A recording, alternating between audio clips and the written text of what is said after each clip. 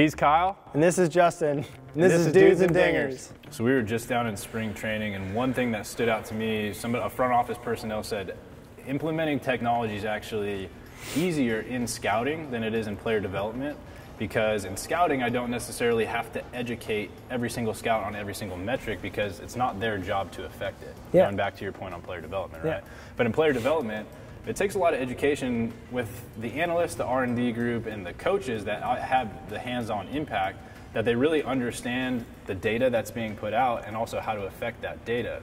So I thought it was actually cool that scouting might have a lower barrier to entry to implement some of these technologies today because of that feedback loop, and the education process is actually smaller.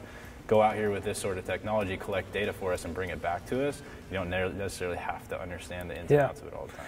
There's also another great conversation we had was sometimes you don't even want the scout to have the data because you want them to give the evaluation of that player without any skewed information. You don't want to see the numbers and be like, oh, okay, like boom, here you go, and have them not start thinking about all the subjective things that they can see. How's his performance on the field? Like, is he a team guy? What's his presence? Things like that.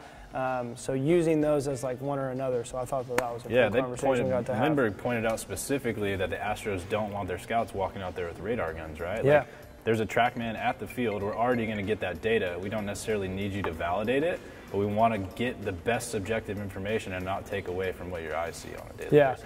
You know, it's interesting. We collect data at some of these amateur scouting events. Area Code's one of them. We're out there. We're collecting data on all the best high school players in the world, and they've got the TrackMan out there, right? It's up on the scoreboard. They're showing spin rates. They're showing velos every time.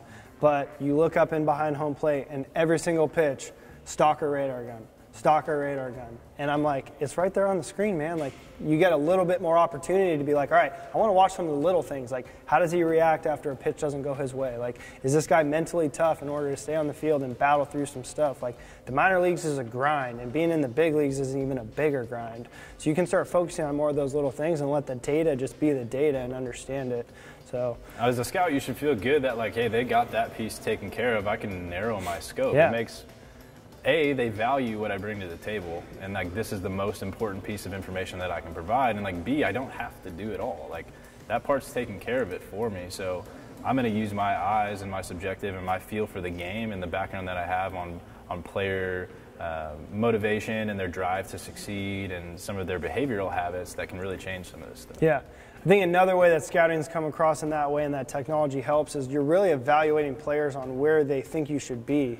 So if you're evaluating a guy on speed, arm strength, hitting power, like, do I care that my catcher runs fast? No. Like, I care about receiving, I care about pop times, I care about being able to command a game, manage a pitching staff, things like that, where back in these reports, like, you're judging a catcher off of speed. Like, that doesn't do me anything. Like, I don't care how fast you run, man. Like, I want you to receive, throw guys out, and manage our pitchers. Throughout the course of time, that even got more refined. Like, they even started to, okay, it's important for a catcher to have a great arm, but framing actually became like a more important piece of the equation. Even when they eliminated some of the biases with speed and some of that, you know, the measurements that they did have, arm strength was important, but it was actually a little bit less important than some of the framing skills, which are harder to see and or measure with the naked eye. Yeah, definitely.